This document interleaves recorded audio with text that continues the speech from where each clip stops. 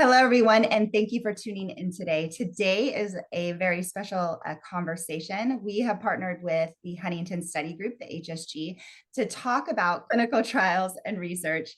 And to let you guys know, I think we need to start out, why is this important to watch and to understand? We have never in the United States had a drug available, a disease modifying drug, a gene therapy, without it going through clinical trial. Our hopes and dreams of having a cure, disease modifying therapies, and all of that is not going to happen without us standing up and participating in clinical research. Thank you to everyone watching who has participated in any clinical trial thus far or helped their loved one get to a clinical trial. That's just as important. We really do appreciate that. And as we go through today, just keep that in mind. If you haven't participated, there's so many different ways to reach out and ask questions. HSG is going to go through some of the clinical trials that they are currently working on. And then we're going to finish up the conversation with a little highlight about Generation HD2. There's a lot of questions in the community, and we are hoping to answer a lot of those for you today. And so I will turn it over to all of you. Thank you for being here today. Thank you, Katrina. I'll kick us off. I'm Victor Sung. I'm a neurologist. I'm HSG investigator at University of Alabama at Birmingham. Again, thank you all for being here. Thank you to Katie and Katrina for allowing us to have this forum, to have some time to have some conversation about research. To my fellow panelists, I'll throw this out there, and maybe Dr. Arati, if you'll take this first question. What would you say to a patient who's getting discouraged because they keep getting turned down for clinical trials for being too advanced or too old, and they feel like there's nothing out there for research for me? Thanks, Dr. Sung. Yeah, my name's Steve Arati. I'm a neurologist in Tampa at the University of South Florida. And this is a question I get all the time in my clinic. And it's a difficult one because this community is so resilient and so strong and so forward thinking. So for folks who've been affected by HD for a longer period of time have more symptoms than fit with a lot of the trials that are going on right now. There are still so many ways that you can contribute positively to the day when we finally can say we have a treatment for HD. And number one, a lot of you have already participated in research throughout the preceding years, and that is so incredibly valuable. And when we do finally have a treatment for HD, it will only be because you have done that. So that's amazing already. But in addition, there are a number of newer avenues that are enabled by newer technology to participate in research right now. So we're going to talk about a couple of those, some research trials that the HSG is sponsoring, but even trials that have been going on for 10 years now, Enroll HD. They're going to be rolling out a new module that allows us to hear more about the lives and struggles that people with advanced HD are facing. And so there really are a lot more opportunities now than there were even a couple of years ago. And so along those lines, what is being done for those who are more progressed and already active in research? What opportunities are there? You alluded to some of those that HSG is sponsoring, and maybe Patty, if you wanted to touch on some of those. There's a new platform that has come out, has been launched by Huntington Study Group, and that's called My HD Story.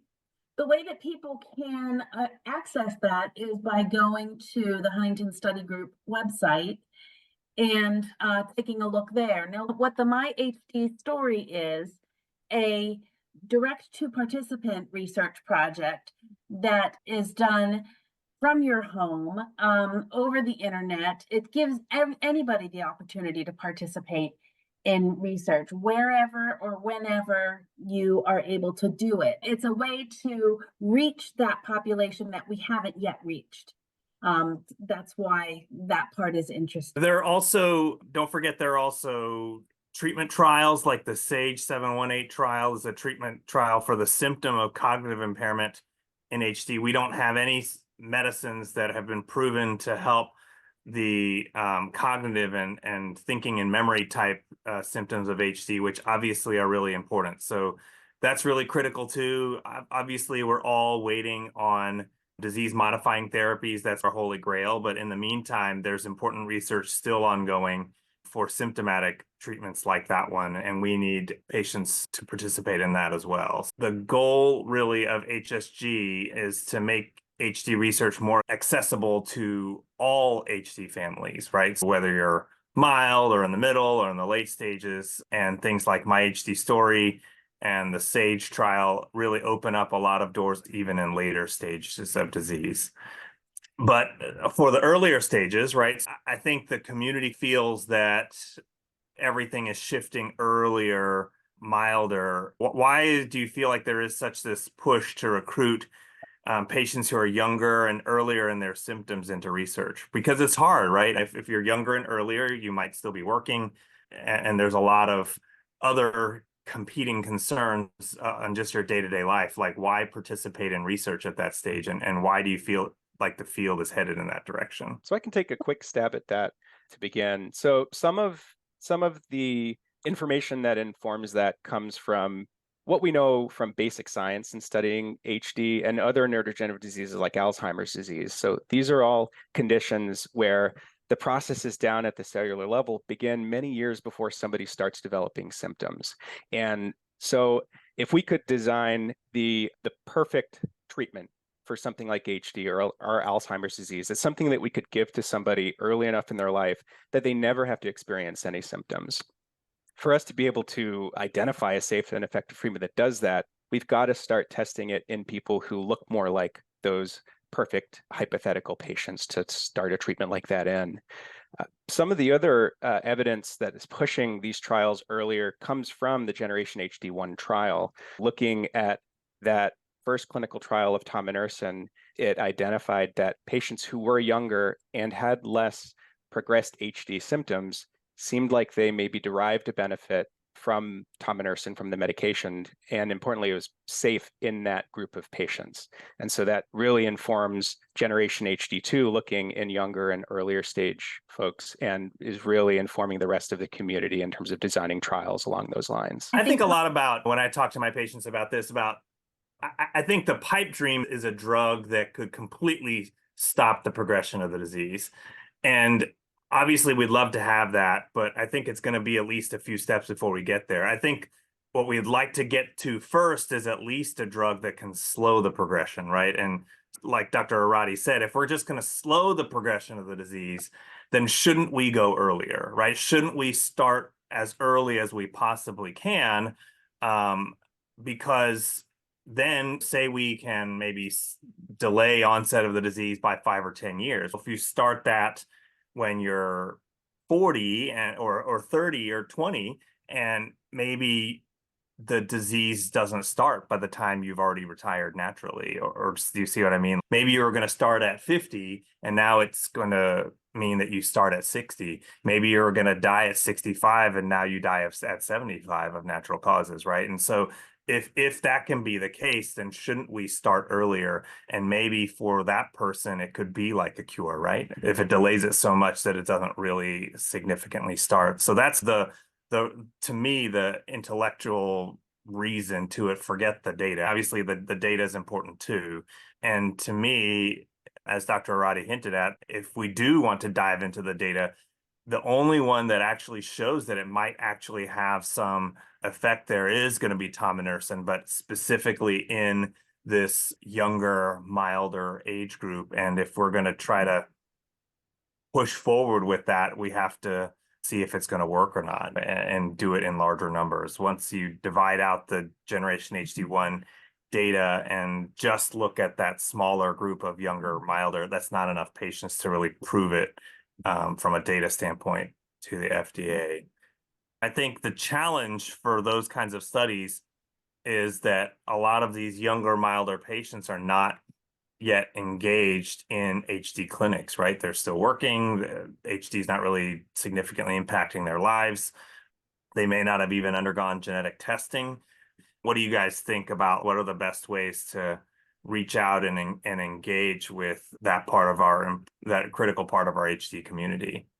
And I Vic, think a lot of yes, Katie. sorry, Patty, could you introduce yourself? Because we didn't hear from where you I were. know. I am Patty Conlon, and I am the research coordinator at the University of Pittsburgh. And I'm also from an HD family. I lost my husband to HD in 2015. And though before that I was trained as an occupational therapist, I decided after his passing to come into the field of HD research. So I come from an HD family. I have family at risk that I'm living with. So it's very important for me to be part of this conversation. I think where we find the people who are younger and earlier in their disease, the ones who are getting involved in research tend to be the ones who have a parent or another family member who is active in our clinic.